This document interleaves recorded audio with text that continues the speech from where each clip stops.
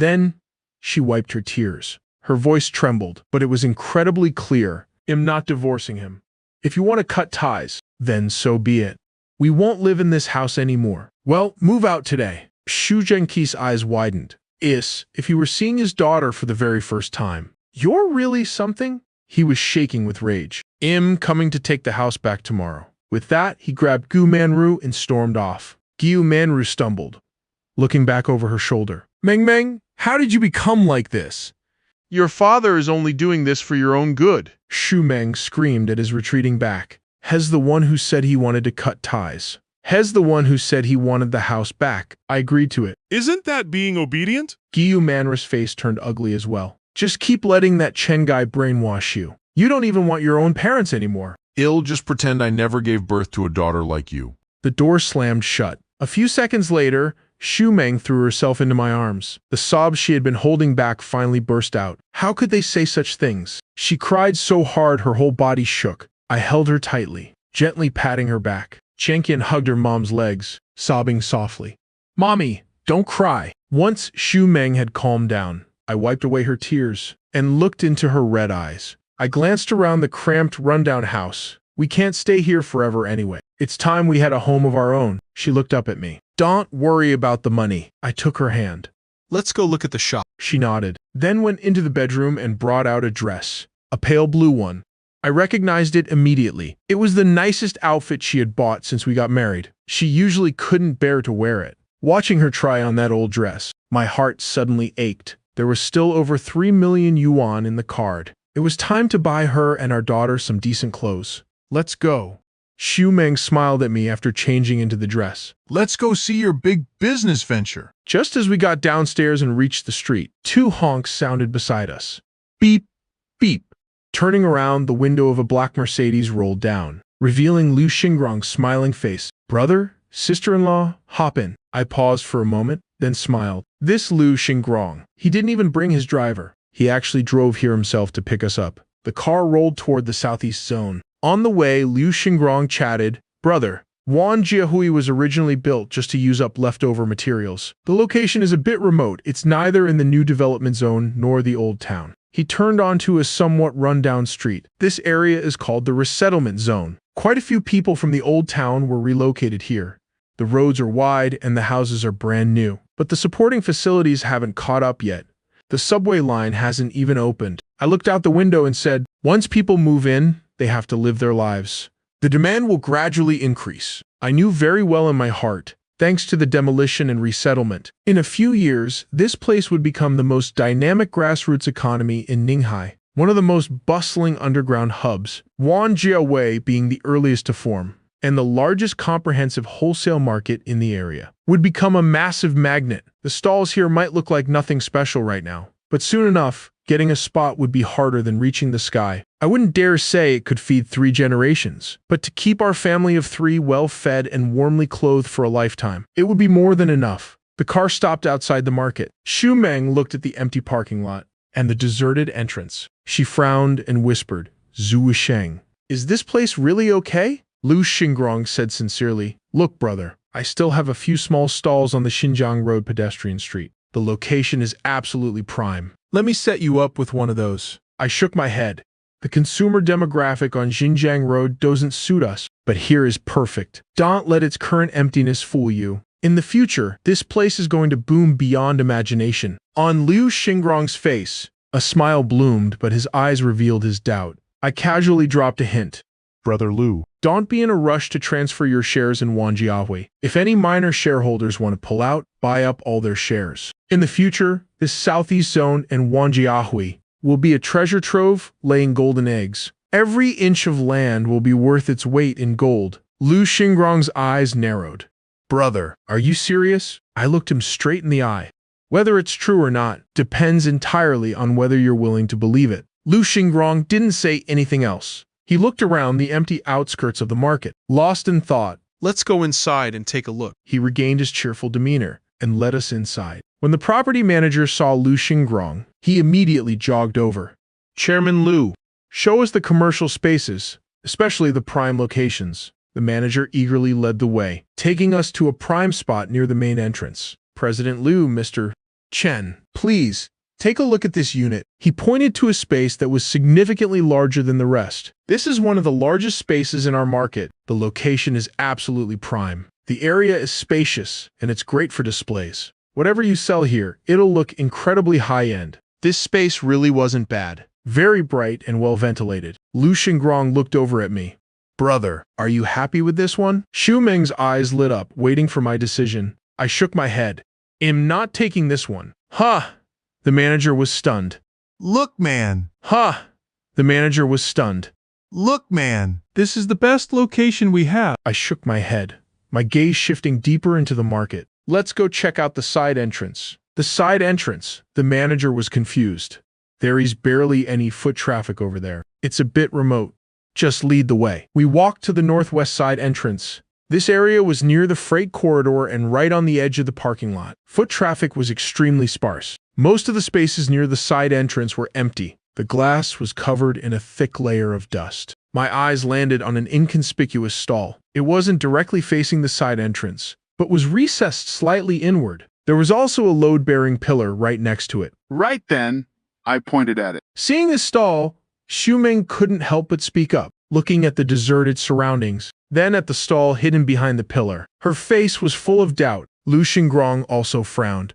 Brother, this location is way too remote. The lighting is poor, and that pillar blocks the entire view. Why don't we go back to the front and look around some more? No need to look anymore, I said firmly. This is the spot. Why this spot? Xu Meng asked softly. I lowered my voice. Because of the feng shui. Good feng shui. I pointed at the load-bearing pillar. Look at this pillar. In feng shui, it represents a solid backing. The stall being recessed inward helps gather energy and store the wind. Once wealth flows in, it won't easily scatter. I pointed toward the freight corridor outside the side entrance. The passing vehicles represent motion. Our spot represents stillness. Motion and stillness combined, creating endless growth. Xu Meng was dumbfounded hearing this. Lu Xingrong didn't know whether to laugh or cry, and didn't try to persuade me anymore. All right, since you've got your heart set on it. It was him. He told the manager, take this unit and get the contract ready. He didn't even go back to the office. Instead, he had the manager bring the contract to the Mercedes. Right there in the car, Tu Meng and I signed the lease agreement. A 30-year term with an option to renew. The total rent was 100,000 yuan. At this price, it was basically a gift. Tu Meng held the contract, giving the most relieved smile Shed had all day. Zuisheng, where are we going now? The shop is settled, so let's look for a house around here. If we find one we like, we'll buy it. At the mention of buying a house, Tu Meng's eyes lit up. That's right. Buying a house. Lu Xingrong chimed in. Brother, you want to buy a house nearby? Easy. There's Yue Jintai nearby, and Dongmen Mingzhu. They're both developed by my company or partners. Whichever one you set your sights on, it'll give you the lowest price possible. I shook my head. No need for those places. Let's just go check out Wenshin Jiayuan. Wenshin Jiayuan. Lu Xingrong was stunned. That's a resettlement area from a few years ago. It was sold out and handed over a long time ago. Now it's mostly second-hand sales. I knew what he meant. He could influence the price of new houses. But for second-hand ones, it's hard to directly affect the price. I smiled slightly. I knew whether it was new or old didn't matter. As long as the location was right. Lu Xingrong made a phone call. Less than 15 minutes later, a white commercial van drove up. The door opened. A man in his 40s stepped out. He had a bit of a beer belly. President Lu, what brings you here in person? He trotted over, reaching out both hands. Then he turned to us. My name is Zhu. Zhu Fulai. Fulai Real Estate. Whatever President Lu asks, he'll handle it. Lu Xingrong nodded slightly. Old Zhu, this is Mr. Chen, my brother. He wants to see some houses in Wenshin Jiayuan. Got anything suitable? Of course, of course. Zhu Fulai patted his chest confidently. Since President Liu spoke up, the brokerage fee is waived. Consider it a gesture of friendship. There are 4 units for sale in Wenshin Jiayuan right now. We went to see them one by one. The first 3 were quite ordinary. The last one was on the top floor. As soon as the door opened, sunlight flooded the entire room. It was a shell unit with concrete floors and bright, clean white walls. Tu Meng walked into the living room. The view at the end suddenly opened up. Outside was a terrace, about 90 square meters in size. Zhu Fulai stepped closer to explain, Mrs. Chen. Technically, this terrace is a common area, but look at the layout. This is the only unit on the top floor. Outsiders can't just wander up here. If you enclose the entrance, it's essentially your own private garden. Tu Meng didn't say anything, just stood in the sunlight, looking out at the open space. I stepped forward. If we enclose this area, we can put up a trellis for climbing roses over there, and build a flower bed for hydrangeas here. In the southeast corner, we'll put a rattan table and 2 chairs. On summer nights, we can sit here, drink tea, eat watermelon, and watch the stars. Tu Meng turned her head to look at me. She didn't say a word, but her eyes were slightly red. The house was 120 square meters. With the terrace, the total usable space was 180 square meters. I looked at her. Meng, do you like it? She didn't answer immediately, just looked around for a long time. Then, she gave a slight nod. Lu Xingrong immediately spoke up. Brother, let's lock this one in. Don't worry about the renovations. I'll take care of it. He waved his hand dismissively. This project was developed by my company. We have all the blueprints ready. I'll have someone enclose the balcony, open a door from the living room, install a spiral staircase outside, and add a glass roof on top. We have the materials in the warehouse. I'll get it done for you while I'm at it. Tu Meng asked, how much will that cost? Oh, please. Lu Xingrong laughed brightly. Sister-in-law, don't mention money to me. A little decoration like this is just a small favor. He had decided I was someone worth befriending. I didn't stand on ceremony. All right. Thank you, Brother Lu. Zhu Fulai was about to finalize the deal for this unit. President Zhu, I turned to him. I'll take all 4 units. What? Zhu Fulai was stunned. Tu Meng whipped her head around, looking at me in disbelief. Lu Xingrong was also surprised. Brother, do you think this space isn't enough? I have a 300 square meter villa over at Yuejingtai. There is no need for this. I smiled and waved him off. Brother Lu. I really like this location. I looked out the window. It's close to Wanjiahui, within walking distance. There is a kindergarten right next door. For Qianqian's school and Meng's business, it's very convenient. Tu Meng tugged on my sleeve. She lowered her voice. We don't need to buy 4 houses, honey, even though there was still over 3 million yuan in the account. I took her hand. Trust me, we won't lose money on this. She opened her mouth to say something, but eventually suppressed her worry. I turned back to Zhu Fulai. President Zhu, please prepare the contracts for all 4. The total for all 4 was just a bit over 2 million yuan. There was still over 1 million left in the account, enough to start the shop and keep the capital flowing. The contract signing went smoothly. Moving was even smoother. Lu Xingrong made a phone call. Half an hour later, the moving truck arrived. 3 young men finished moving everything before noon. The top floor needed renovations, so we stayed temporarily in a unit on the 5th floor. The previous owner had never lived there. It only needed a simple cleaning. With a new set of curtains, the house was sparkling clean.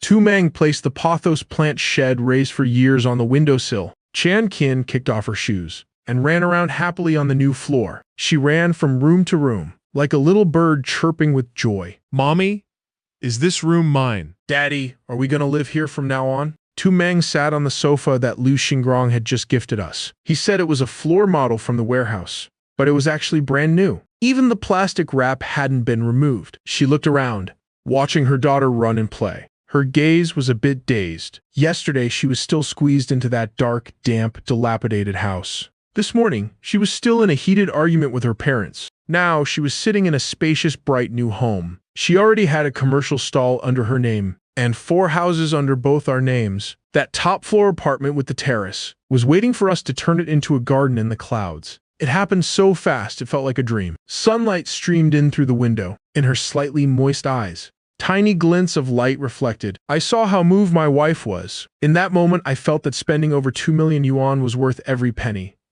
0.2 million yuan for 4 houses. I knew deep down just how valuable this investment was. In just 1 year, the educational landscape of Ninghai would undergo a seismic shift. A former leader in the capital, originally from Ninghai, was about to retire from an important position. He had lived a life of integrity, but for this one time, he took the initiative to propose a plan. He wanted to leave something behind for his birthplace.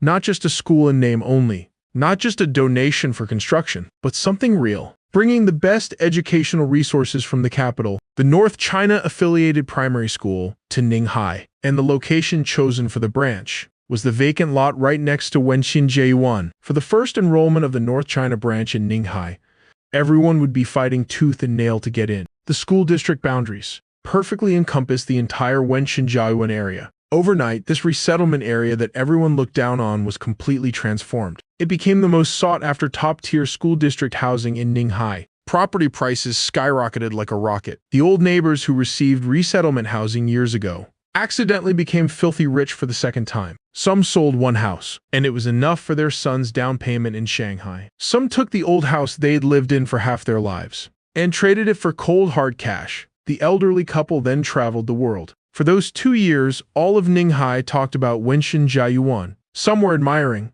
some were green with envy, some regretted not buying sooner, some were stomping their feet in frustration. Every kind of emotion was on display. And right now I have 4 units in my hands. When the price hits its peak, I'll choose the right time to sell 3 of them, keeping 1 to live in. By then, forget about never worrying about money again. Even if Meng Meng decided to retire and enjoy life right now, she would live a life of leisure and comfort. Of course, if I wanted to make even more, with the information and capital I have, I could easily sweep up a few more nearby neighborhoods, but there's no need. Having been reborn once, I've come to realize that money is something you can never finish earning. Money is something I spent my whole life on, building $100 billion fortune from scratch. But in the end, what did it matter? In this life, having enough money is fine. My daughter's smile, my wife's gaze, the peaceful moments when the family gathers for a meal. These are the things that are truly real to me. Tu Hai sat in his car for nearly 20 minutes. The phone clutched in his palm was burning hot. Finally, he started the car. His father had roared so fiercely over the phone that if he really didn't show up, he feared he might never be able to go back to that home. The car wove through a few turns and stopped under that familiar old apartment building. He took a deep breath, went upstairs and knocked on the door. No one answered. He knocked again, but still no movement. He went back downstairs and ran to the fruit stall at the end of the alley. The stall was empty and had been cleared out. Even the old electronic scale was nowhere to be seen. The auntie selling vegetables next door poked her head out and recognized him. Oh, little two? Looking for your sister? Yes. Did my sister's family move away? They moved out around noon. The auntie's voice was loud and clear. A big truck came. A few young men were working away, and in no time they cleared everything out. I was wondering about it myself. They've been here for over 10 years. How could they just move like that? Tu Hei's head began to throb. Where did they move to? I wouldn't know that. The auntie shook her head. Didn't your sister tell you? Tu Hai didn't answer. He stood before the empty fruit stall, clutching his phone motionless for a long time. All of this was what Tu Meng heard over the phone later, and what I pieced together from her fragmented stories. That night, her phone rang. She answered and listened for a few moments. Her expression changed immediately. Without a word, she handed the phone directly to me. I took the phone. I heard Tu Zhengqi's commanding voice on the other end. He sounded incredibly arrogant. Chen Zuisheng, listen carefully. That house was allocated to me by my unit. The ownership is in my hands. I've already invested it into a reverse mortgage project for my retirement. I'm going to process the paperwork tomorrow. Unless you divorce Meng Meng. Don't even dream of staying in that house anymore. I held the phone in silence for 2 seconds. Then I said, Dad, we've already moved out. The other end went silent for 2 seconds. Moved out? Yes. We moved this afternoon. The house is empty now. You can come and take it back whenever you want. Another long silence. Then the call was cut off. I handed the phone back to Tu Meng. She looked at me, her eyes rimmed with red, but she didn't cry. Her voice trembled slightly. They really mortgaged the house. Yeah. She lowered her head. She gripped her phone tightly. She didn't say a word for a long time. Then she looked up at me and forced a smile. Forget it. We weren't going back anyway. I nodded and pulled her into my arms. The fruit wholesale supermarket at Wanzhou was renovated and opened for business. In the first month, business wasn't very brisk. Tu Meng would sometimes look at the empty shop with a hint of worry in her eyes. I wasn't in a hurry. There was still money in the account. We owned the shop. There was no rent to pay. The top floor apartment was still being finished. Life is meant to be lived day by day, not in a rush. A month later, Liu Xingrong called. He said the renovations were complete. We went over for the final inspection. The moment we stepped inside, Tu Meng stood frozen in place. The wall between the living room and the balcony had been completely knocked down. Liu Xingrong had actually installed a set of floor-to-ceiling sliding glass doors. Right now, the doors were wide open. Sunlight from the balcony flooded in, filling the entire room with a golden glow. The balcony had been transformed. The concrete floor was covered with rot-resistant outdoor wood. Flower beds were built in the corners, planted with climbing roses and blue plumbago. The trellis was already up, although the vines hadn't covered it yet. Spots of green were already starting to climb. In the southeast corner sat a round rattan table, along with 2 chairs. On the table there was even a rustic ceramic vase, with a few sprigs of hydrangeas. A glass dome covered half the balcony. It was transparent, letting the sunlight through, while keeping the rain out. Tu Meng walked in slowly. She looked around for a long time, then covered her mouth with her hand. Her eyes were red with emotion. Qian Qian was the one who rushed in cheering. She had been downstairs, being shown around by Lu Xingrong's assistant. She had been looking at the apple tree, but when she turned around and saw her parents, and realized her mom was gone, she ran upstairs on her short little legs. As soon as the door opened, she was stunned. Then she let out a wow. She dashed into the living room and spun around. Then she dove onto the rug and spun again. The apple-green sofa, the round table, the glass cabinet, everything made her exclaim, "Mommy, it's so beautiful here." I looked at the 2 of them. Suddenly, the multi-billion-dollar contracts and corporate takeovers from my past life. The moments of glory under the spotlight, none of it compared to even a fraction of this moment. And the good news just kept coming. 2 months later, the fruit wholesale supermarket, which had been quiet, suddenly saw a boom in sales. Part of it was thanks to Tu Meng's beauty live streamer image. This was my idea, I told her. Meng, every day the customers in the shop are new. Why don't you try live streaming? You don't even need to try hard to sell. Just set up your phone and record how you usually sell fruit, how you arrange the stock, and how you chat with the customers. Tu Meng was a bit bewildered at the time. Live stream? Me? I don't know anything about that. You don't need to. Like I said, just be yourself. I prepared 2 outfits for her. Not the flashy kind of live streaming clothes, just simple linen shirts and solid colored aprons. Her hair was tied back in a quick bun. She looked fresh and clean. We didn't use any of those weird filters for the lighting, just a warm-toned ring light shining on the fruit stall. The backdrop was the stall at Wanjiahui. Fresh seasonal fruits were neatly arranged on wooden shelves, with handwritten price tags. They even had Qianqian's scribbled handwriting on them. In the first week, the livestream only had an average of 3 to 5 viewers. Tu Meng wasn't in a rush. When no one was talking, she just lowered her head and organized the stock. Occasionally, she'd look up and smile at the camera. She'd say things like, "The strawberries are very sweet today," or "The blueberries just arrived." By the second week, one evening, she was scrolling through her phone and saw a farmer selling blueberries directly from their orchard in the neighboring province. He was squatting on the edge of the field, sighing deeply with every breath. Tu Meng watched the video over and over. First thing the next morning, she called the supplier. She placed an order for 500 pounds right then and there. She didn't write a script or anything. She just displayed the fruit on her live stream. She simply mentioned that these blueberries were delicious, and that life isn't easy for the farmers who grow them. She just wanted to help out however she could. That night, hundreds of people suddenly flooded into the live stream room. The comments started flying by. "Shes, so beautiful. Is she really buying these just to help the farmers? I just placed an order to support a seller with a heart." Tu Meng was stunned. She started answering questions, completely flustered. Her face turned bright red. The next day, the platform began pushing massive traffic her way. As soon as she added the support farmers tag, the viewers poured in like a dam had burst. By the 3rd day, orders were jumping constantly, no longer one by one, but page after page. The order printer whirred from morning until night. It hummed incessantly without a single break. It wasn't just online either. The physical store was absolutely exploding. Roadwork began at the main entrance of Wanjiahui. They were renovating the city's underground pipe network. The construction notice estimated a duration of 8 months. With the main gate closed off, vehicles couldn't get through. The crowd that usually headed for the main street shops suddenly swarmed toward the north side entrance. And that north entrance was exactly where Tu Meng and I had our shop. Trucks arrived one after another, forming a long line right in front of my store.